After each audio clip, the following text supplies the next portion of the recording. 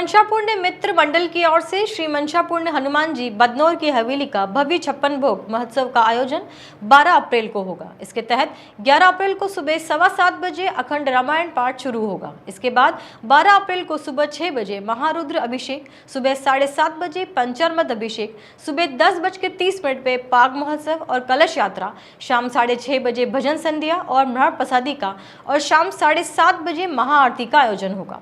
बताया गया है कि पाग महोत्सव और कलश यात्रा हनुमान मंदिर से मीठाराम जी की मंदिर होते हुए भटियानी चोटा, जगदीश चौक, घंटाघर से होते हुए हनुमान मंदिर पहुंचेगी। सोमवार को 56 भोग महोत्सव के पोस्टर का विमोचन किया गया। इस मौके पर 90 वर्षीय खास अवधि धुनी के संत प्रयागगिरी महाराज अध्यक्ष राजेश तोशनीवाल, संरक्षक भूपेश मेहता, मीडिया प्रभारी सुनील झंवर सहित मंडल के पदाधिकारी और सदस्य मौजूद रहे। मनसापूर्ण मित्र मंडल की तरफ से जो मनसापूर्ण तत्वावधान में जो हनुमान जी 56 भोग महोत्सव होता है उसका आज शुभारंभ किया है।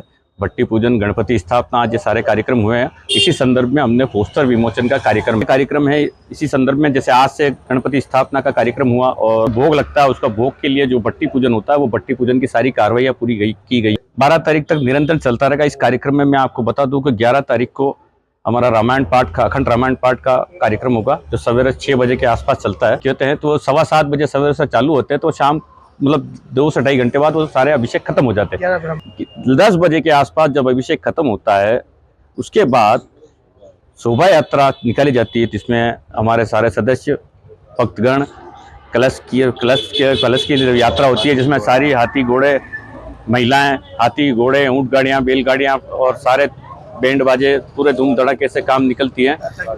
और सबसे इसमें मेन जो कार्यक्रम होता है वो होती है हनुमान जी की पाग।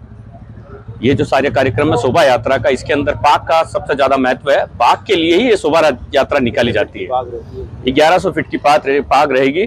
इस बार बन रही है, ऑर्डर दे दिया, भक्त सारे उसी यात्रा उसी संदर्भ में निकाली जाती है। उस पाग को शहर के अंदरूनी मार्गों से घुमाकर वापस मंदिर लाया जाता है और उसके बाद हमारे महाराज पवन जी महाराज, मंदिर के पुजारी पवन जी महाराज साहब, इनके हाथों से फिर ये पाग हनुमान जी के ऊपर धारण करी जाती है।